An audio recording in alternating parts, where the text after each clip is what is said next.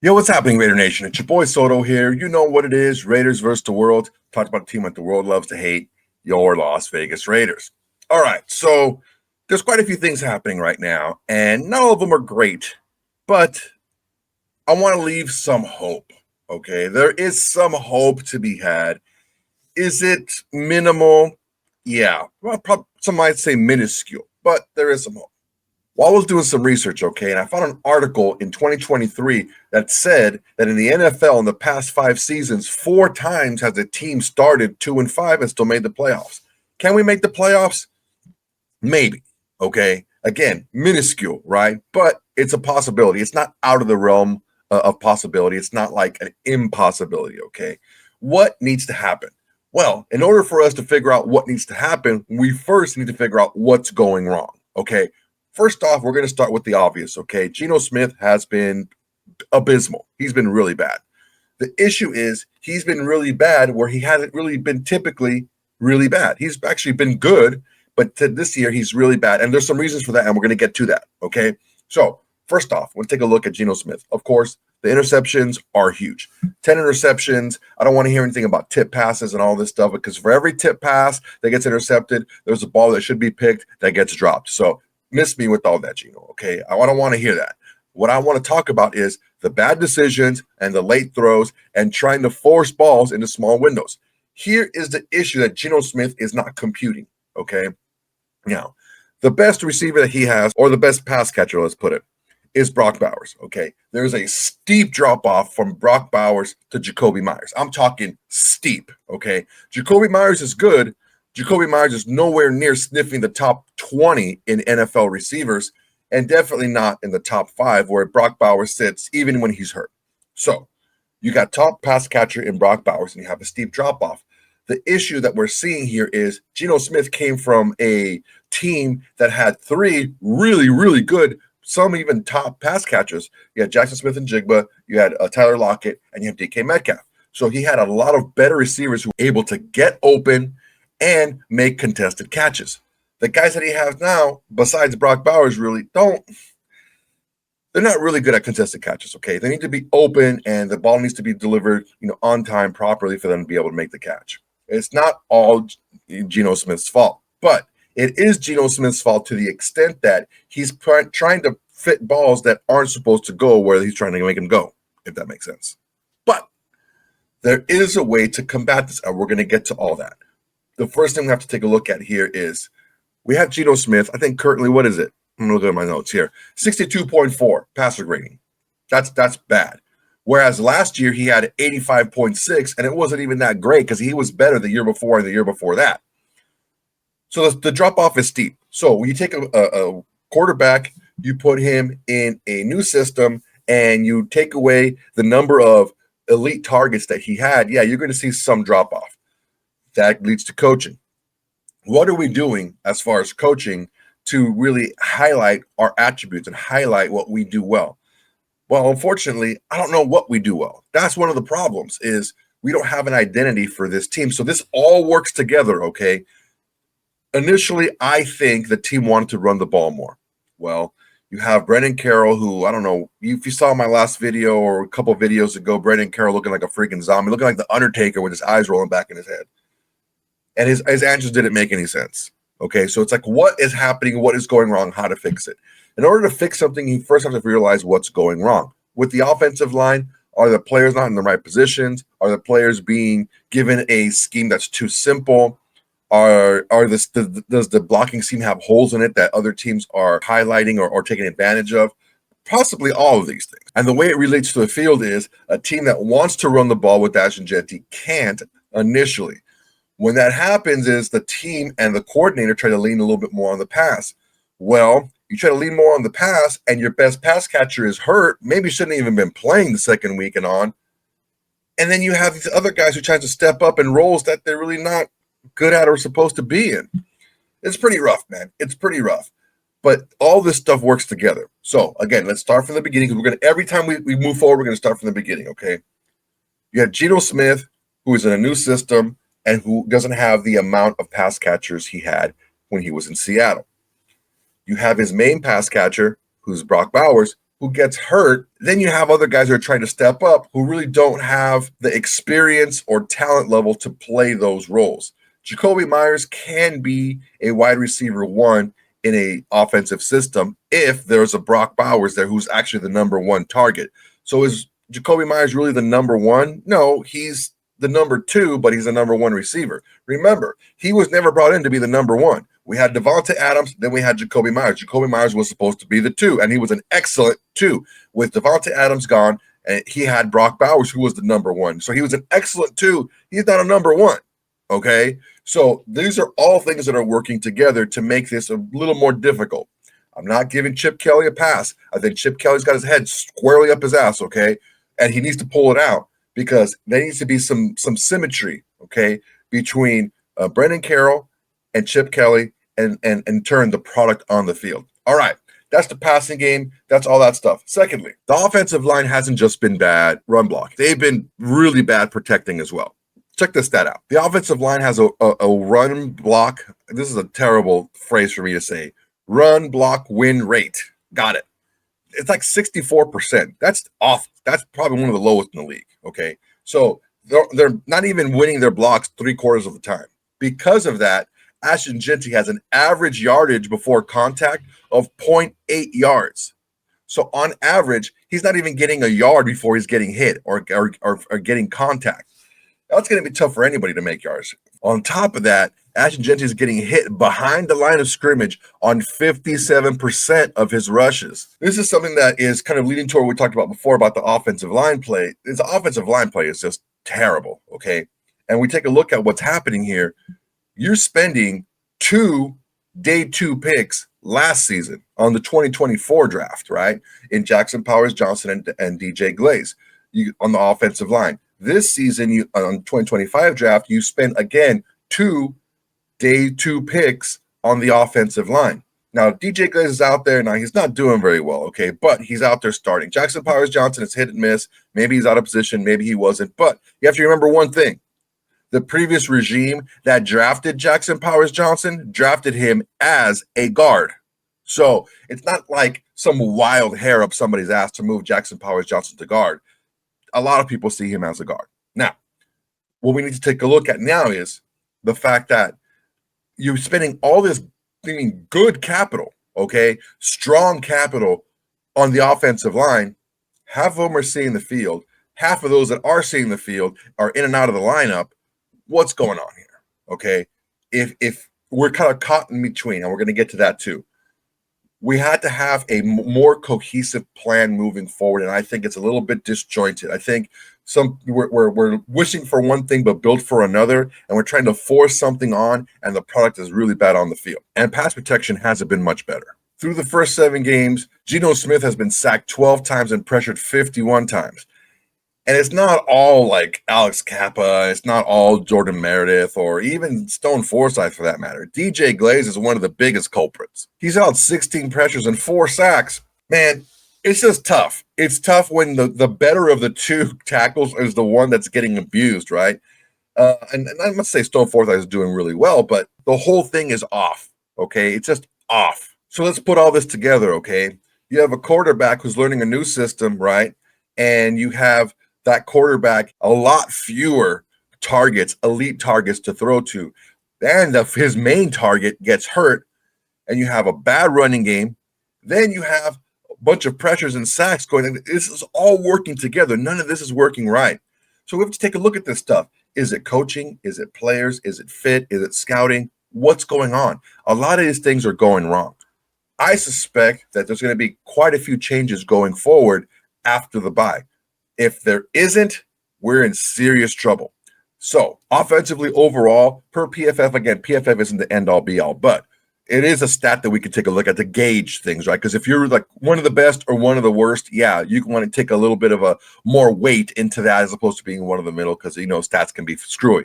But stats aren't that screwy where you're one of the best or one of the worst, and it's not true. Because we have, as far as passing grades, we're 31st, and we're 32nd in run grade. Again, this is tough, man. This is really tough. I think we're more talented than we're showing on the field. And the problem is, I don't know, because of the difference in philosophy from who we are and what we're trying to be, is causing a lot of this disjointed play on the field. And because of the shutout that we had last week, I mean, we're like the lowest scoring team in the league, like 15.7. I think we're one of the lowest, if not the lowest scoring team in the league. This all works together. Now, we're talking about on the field. Now let's talk about in the coaches. Chip Kelly comes in, and he's used to a lot more wide open offense because the hash marks are a lot wider in college, and you're able to spread things out over the middle. In the pros, you don't have that space over the middle. You have to attack more on the outsides. And unfortunately, we're seeing a lot of Geno Smith's interceptions are thrown over the middle. The concepts aren't written, and they're not schemed to be able to get all this open space over the middle because a lot of it's more condensed. You have to have that arm strength and arm talent to go outside. The problem is we don't have the horses to be able to win these one-on-one matchups on the outside. If you remember, a lot of times Geno Smith was forcing the ball to Dante Thornton Jr., and he was just coming up and getting bodied. He was getting out-muscled, even though he's bigger and stronger than some of these guys. He hasn't played against these pro corners very much. So he's going to get better. He's going to learn what to do and learn how to use his body. And I think it was a lot more attention was put on Dante Thornton Jr.'s skill set as opposed to being a football player, like Jack Best. I think Jack Best right now is a better football player, which also shows in him being a second-round pick versus Dante Thornton Jr. being a fourth-round pick. And they didn't really use him. They're still really not using him all that much. Trey Tucker can only do so much. Again, Trey Tucker is being asked to do things that he's not. Trey Tucker really isn't a number 2 receiver. He's a number 3 guy who's a speed guy who can get open and make big plays for you, but you have to have other guys setting him up. On top of that, you have Jakobi Meyers, who's trying to be a number 1 target overall, and he's not that either. He never was. He never was brought in to be that. Again, we had Devontae Adams as the number 1, and Jakobi Meyers is supposed to be a number 2, which is, again, an excellent number 2, but he's not a number 1. And even when Devontae Adams was traded away, you have Brock Bowers to be the number 1, and he's not there anymore. So you get him back, things should settle down offensively, and we should see some improvement.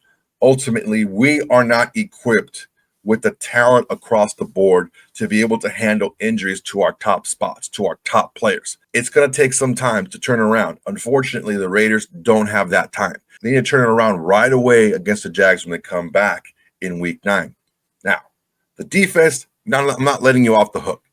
Part of it is scheme, and part of it is just personnel. Lonnie Johnson was hurt in the inter-squad game, okay?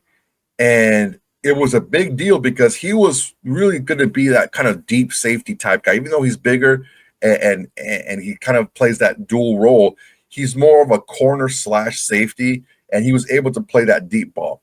Well, we have Isaiah Pola-Mao, who's a bigger box type of safety. And we have Jeremy Chin, who's a safety as well, but he's built more like a linebacker, let's be honest. So we take a look at what our issues are. We don't have the guys who can control sideline to sideline back deep. Again, part of it's personnel, part of it's how this team was constructed. Part of it is the change in regimes, because I'll tell you something right now, if some of these old regimes were still here, I don't think Trayvon Merrick would be allowed to leave. Even with the money that he got, we probably would have paid him because he is a guy that can play that deep center.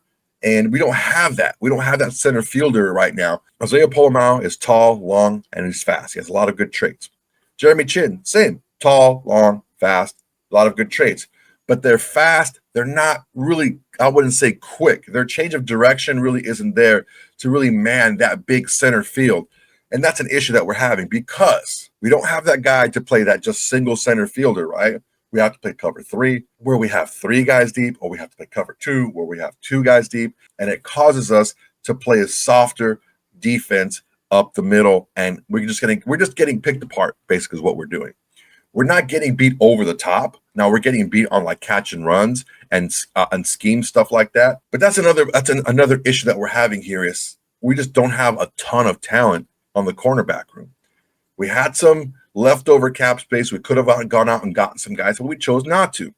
And I understand that. You want to save some cap. You can carry over cap into next season and stuff like that. And I get it. We're going to have probably the second most cap as of right now for next season. Now, if this whole Christian Wilkins thing pans out and we're deemed justified through arbitration and the grievance that we should have and had the right to terminate Christian Wilkins' contract, we get that cap space back.